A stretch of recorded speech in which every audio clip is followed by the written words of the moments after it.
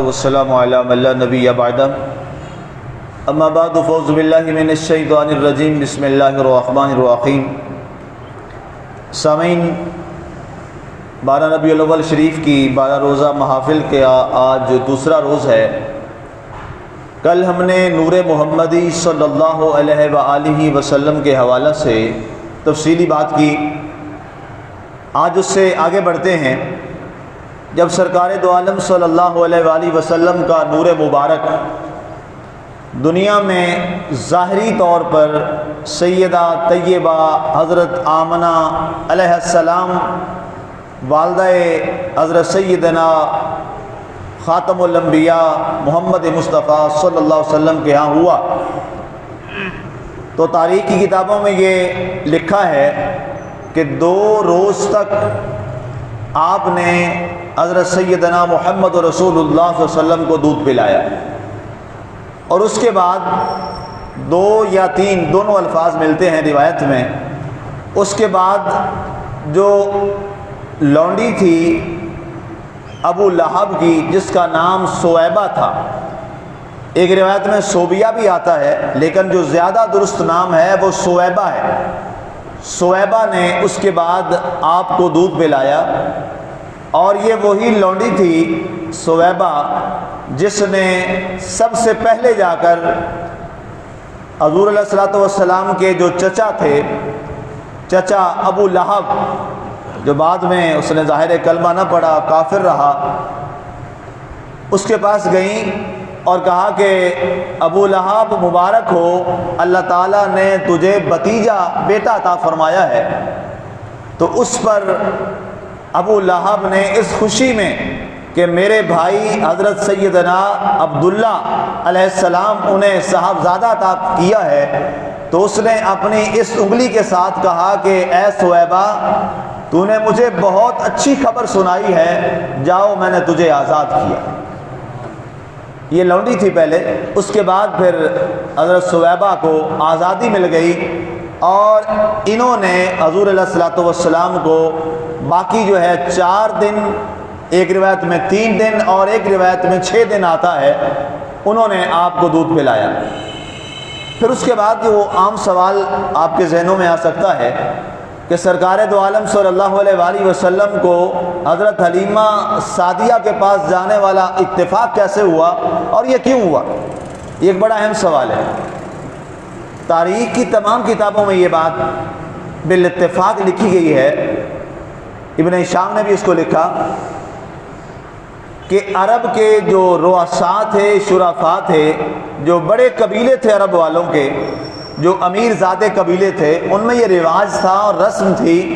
کہ ان کے ہاں جب بھی کوئی بچہ پیدا ہوتا تو وہ اسے فصاحت و بلاغت، اچھی عربی زبان سکھانے کے لیے اور عرب کی روایات کو محفوظ کرنے کے لیے وہ بدوؤں کے ہاں جو دایا ہوتی تھی اس کے ہاں اپنے بچوں کو بھیج دیا کرتے تھے۔ یہ ان کی ایک رسم تھی، رواج تھا، اور یہ سرکار دو عالم صلی اللہ علیہ وسلم کے لیے کوئی الگ نہیں ہوا تھا۔ یہ پہلے کی رسم جو ہے وہ ایک بڑی پرانی رسم دیرینہ تھی عرب والوں کی، جو چلی آ رہی تھی۔ وہ یہ کہ دایا آتی تھی اور بچوں کا پوچھتی، ایک باقاعدہ قبیلے ان کے مخصوص تھے اور دایاں کے جو ہے وہ علاقے بھی مخصوص تھے، وہ آتی تھیں اور بچوں کو لے کے جاتی، اور وہ وہاں جا کر واپس جو سال ہے یا 2 سال ہے، 2 سال تک جو ہے جو پلانے کی مدت رضاعت ہے، وہ اس عرصہ تک وہ دیہاتوں میں رہتے وہ بچے، اور وہاں سے وہ اچھی زبان سیکھتے، فصاحت و بلاغت سیکھتے، اور اس کے بعد جو ہے وہ واپس اپنے گھروں کو لوٹ آتے۔ اب یہ اسی طرح جب یہ ماہ ربیع الاول شریف کا مہینہ تھا تو یہ دائیں حضرات جو ہیں یہ ساری اور باقی خواتین، انہوں نے عرب کا رخ کیا، یہاں پر پہنچی۔ تو روایات میں یہ بھی لکھا ہے کہ یہ والا جو مہینہ تھا نا، مارچ اپریل کا، یہ بڑا موسم بہار ہوتا تھا عرب کے ہاں، یہ بہار کا موسم تھا، اور اس میں بہت زیادہ دائیں جو ہے وہ اس علاقے میں، سعودی عرب کا یہ والا جو علاقہ ہے جسے مکہ مکرمہ کہا جاتا ہے، سعودی عرب تو خیر کل کی بات ہے، بعد میں بنا جب آل سعود یہاں پہ آئے، تو اس سے پہلے تو ظاہر ہے اس کا نام جو تھا وہ حجاز مقدس، حجاز اس کا نام تھا۔ اب بھی جو پرانی تاریخ کی کتابیں ہیں وہاں حجاز ہی لکھا جاتا ہے، سعودی عرب تو کل کی بات ہے، جب آل سعود جو ہے یہ برطانیہ اور یہ معاملہ ہوا تو یہاں یہ آ کے قابض ہو گئے۔ سعودی عرب، یہ سعودی تو بیسیکلی ایک قبضہ گروپ ہے، یہاں پہ آئے اور قابض ہو کے بیٹھ گئے۔ تو حجاز میں اس موسم میں بہار کا موسم ہوتا تھا، اور یہاں پر جو بچہ اس زمانہ میں اس وقت میں پیدا ہوتا اسے بڑا اچھا اور بابرکت سمجھا جاتا تھا۔ کمال انداز اتفاق زمانہ دیکھیے کہ اللہ تعالیٰ نے اپنے نبی کو جو ولادت کا مہینہ عطا فرمایا حجاز مقدس میں، وہ مہینہ بھی بہار کا مہینہ عطا فرمایا۔ اور ربیع کا معنی کیا ہوتا ہے؟ بہار، اور ربیع الاول پہلی بہار۔ اور یہ پہلی بار کیوں بنی؟ ربیع تو پہلے بھی آتے تھے، لیکن یہ ربیع الاول کیوں بن گئی؟ اس لیے کہ آقا کریم علیہ الصلوۃ والسلام تشریف لائے تو ساری بہاریں ماند پڑ گئیں۔ اب سب سے پہلی جو بہار اس کائنات کو نصیب ہوئی وہ محمد عربی صلی اللہ علیہ وسلم کی ولادت کی صورت میں عطا اللہ نے فرما دی۔ آپ آئے، بہار آئی، بہاروں پہ بھی بہار آئی۔ آقا کا آنا تھا کہ بہاریں کیا تھی، بہاروں کو بھی بہار نصیب ہو گئی کہ آج کائنات کا دولہا دنیا میں تشریف لے آیا۔ تو قبیلہ حوازن کی خواتین جب یہاں آئیں تو ان میں ایک قبیلہ بنی سعد کا قبیلہ تھا، بنی سعد کا قبیلہ۔ اور یہ قبیلہ سعد جو ہے، بنی سعد، یہ بدوؤں کے اندر مشہور تھا کہ ان کی زبان بڑی فصیح و بلیغ ہے۔ تو انہی کی ایک خاتون تھی جن کا نام حلیمہ تھا، اور سعدیہ اس لیے کہتے ہیں کہ یہ بنی سعد کی تھی۔ تو انہوں نے آئیں اور انہیں کوئی بچہ نہ اتفاق سے ملا، تو آپ عبد المطلب کے گھر آئیں تو عبد المطلب نے فرمایا آپ کے دادا جان نے کہ ہمارے ہاں ایک لڑکا پیدا ہوا ہے، اگر تم اسے پسند کرو تو تم لے جا سکتی ہو اور ہمارے اس بچے کو تم فصاحت و بلاغت سکھاؤ۔ تو وہ آئیں تو انہوں نے جب دیکھا تو حلیمہ سعدیہ کا جو پہلا جملہ ہے اس کو تاریخ کے لفظوں میں محفوظ کر لیا گیا، اور بڑا کمال کا جملہ ہے۔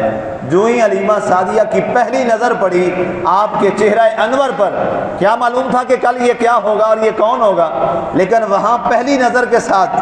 حلیمہ سعدیہ نے کہا، اے عبد المطلب، باقی خواتین جو آتی ہیں تو ان کو گھر والے انعام اور اکرام دے کے بھیجتے ہیں کہ تم ہمارا بیٹا لے کے جا رہی ہو، لیکن یہ بیٹا جو صورت میں اتنا باکمال ہے، اس کو دیکھنے کے بعد میں یہ نہیں کہوں گی کہ آپ مجھے کچھ دیں، بلکہ میں آپ کو کچھ دوں گی کہ آپ نے اس جیسا حسین و جمیل شہزادہ مجھے عطا فرما دیا۔ یہ زمانے نے ایک عجیب نظام بدلا، یہ کروٹ بدل دی، اصول بدل دیے، مزاج بدل دیے، کہ آج وہ حلیمہ سعدیہ ان سے نہیں کچھ مانگ رہی،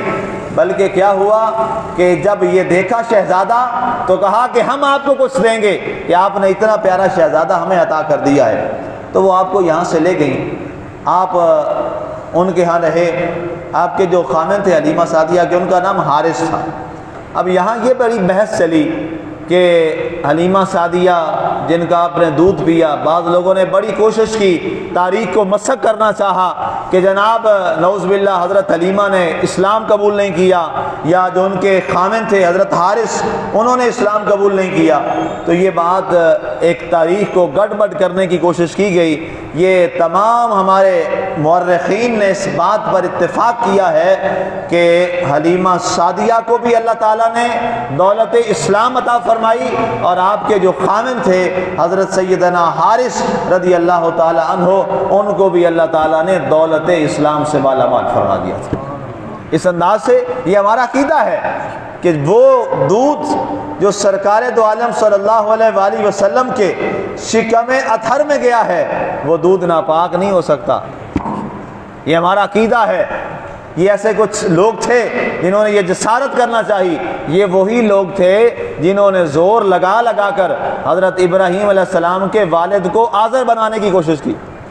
کہ آذر حضرت ابراہیم کے والد تھے، تاکہ یہ حضور کی حدیث جو ہے اس میں خلل آئے کہ حضور صلی اللہ علیہ وسلم نے فرمایا انی انقل من اصلاب الطاہرین الی ارحام الطاہرات، میں پاک صلبوں سے پاک رحموں میں آیا ہوں۔ سرکار نے فرمایا میرے والد گرامی حضرت عبداللہ سے لے کر حضرت آدم تک، اور میری والدہ حضرت آمنہ سے لے کر اب آخر سیدہ حوا تک، میری نسل میں کوئی ایک بھی مشرک نہیں رہا۔ کسی زمانے میں کوئی ایک بھی مشرک نہیں رہا، جتنے بھی رہے ہیں سارے کے سارے توحید پرست اور موحد رہے ہیں۔ اس لیے یہ جو تاریخ کو مسخ کرنے کی کوشش کی گئی، اصل میں یہ ناپاک ارادہ پیچھے شامل تھا کہ نعوذ باللہ کسی طرح حضور کی عظمت پر کوئی آنچ جائے۔ لیکن یاد رکھیے گا، جس پیارے نبی اور پیارے حبیب خدا صلی اللہ علیہ وآلہ وسلم کے آپ تو کیا، جس کی آل کو اللہ نے قرآن میں یہ فرمایا ہو کہ انما یرید اللہ لیذھب عنکم الرجس اہل البیت ویطہرکم تطہیرا، اے پیارے حبیب تیرے نبی کی آل کو ہم نے پاک کر دیا ہے، جس کی آل پاک ہوگی اس کی اپنی پاکیزگی کا عالم کیا ہوگا۔ اور یہ ثویبہ لونڈی، یہ وہی لونڈی کہ ایک بڑا مشہور واقعہ کہ ابو لہب جب دنیا سے مر گیا، ختم ہو گیا، چلا گیا، اس کے بارے قرآن کی آیت آ گئی تبت یدا ابی لہب و تب۔ اس کے بعد یہ ایک صحابی رسول، بعض نے کہا کہ حضرت عمر سے یہ روایت ہے اور بعض نے کہا کہ حضرت عباس سے یہ روایت ہے، روایت جس سے بھی ہو، روایت ہم نے سنی کہ روایت کیا ہے۔ انہوں نے کہا کہ ابو لہب بتا تیرے ساتھ تیرے رب نے کیا کیا، کیا ہوا، تیرا انجام کیا ہوا؟ اس نے کہا بڑا برا انجام ہوا، جہنم میں ہوں، جلتا ہوں، تکلیف میں ہوں، لیکن ایک دن آتا ہے، ایک دن آتا ہے پیر والا دن، جس دن مجھے اس انگلی سے کچھ چوسنے کو مل جاتا ہے اور مجھے کچھ آرام اور راحت کی گھڑیاں مل جاتی ہیں۔ تو انہوں نے کہا کہ وہ کیا ہوا، وہ کیسے، کیا وجہ بنی کہ تجھے راحت اور سکون مل جاتا ہے؟ اس نے کہا اس انگلی کے اشارے کے ساتھ میں نے اشارہ کیا تھا ثویبہ کو کہ جا ثویبہ، تو نے مجھے آ کر اپنے بتیجے کی ولادت کی خبر سنائی ہے، تو اس ولادت کی خبر سنانے پر میں تجھے آزاد کرتا ہوں۔ تو اس وجہ سے اللہ میرے عذاب میں تخفیف فرما دیتا ہے۔ سامعین، میں بات جس پہ ختم کرنے لگا ہوں وہ بات یہ ہے کہ ابو لہب کافر ہے، جس کے کفر پر قرآن گواہ ہے۔ ابو لہب کافر ہو کر اپنے بتیجے کی ولادت پر، نبی سمجھ کے نہیں، بتیجا سمجھ کے، یہ نقطہ ذہن میں رہے، نبی سمجھ کے نہیں، بتیجا سمجھ کے، اگر بتیجا سمجھ کے انگلی سے آزاد کرے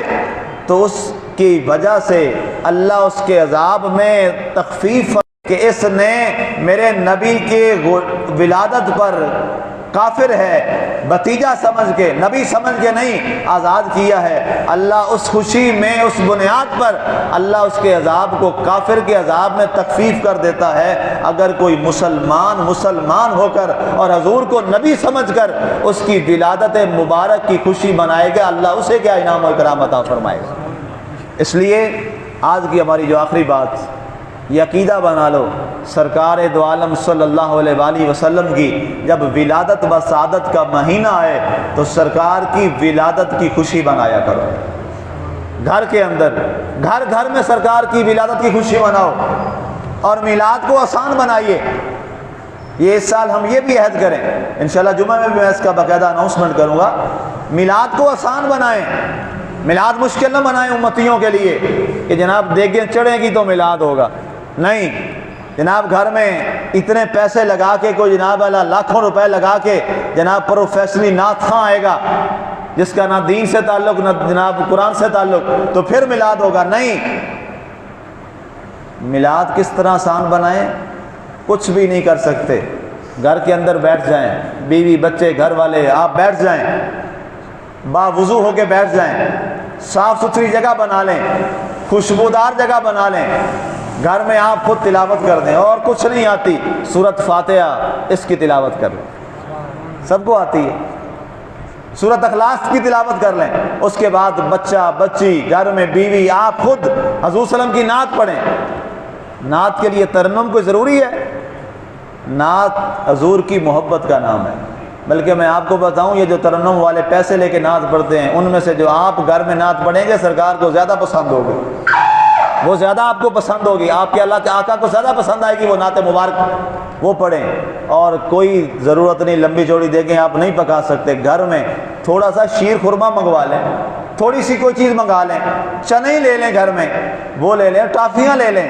وہ خود بھی باہر تقسیم نہیں کر سکتے، گھر میں انہی بچوں کو کھلا دیں اور اس کے بعد دعا کر دیں اور عرض کر دیں آقا میرے پاس اتنی طاقت تھی، جتنی طاقت تھی میں نے تیرے حضور پیش کر دی، اللہ تعالیٰ کے یہاں خدا کی قسم وہ میلاد اس کو بھی پسند آ جائے گا۔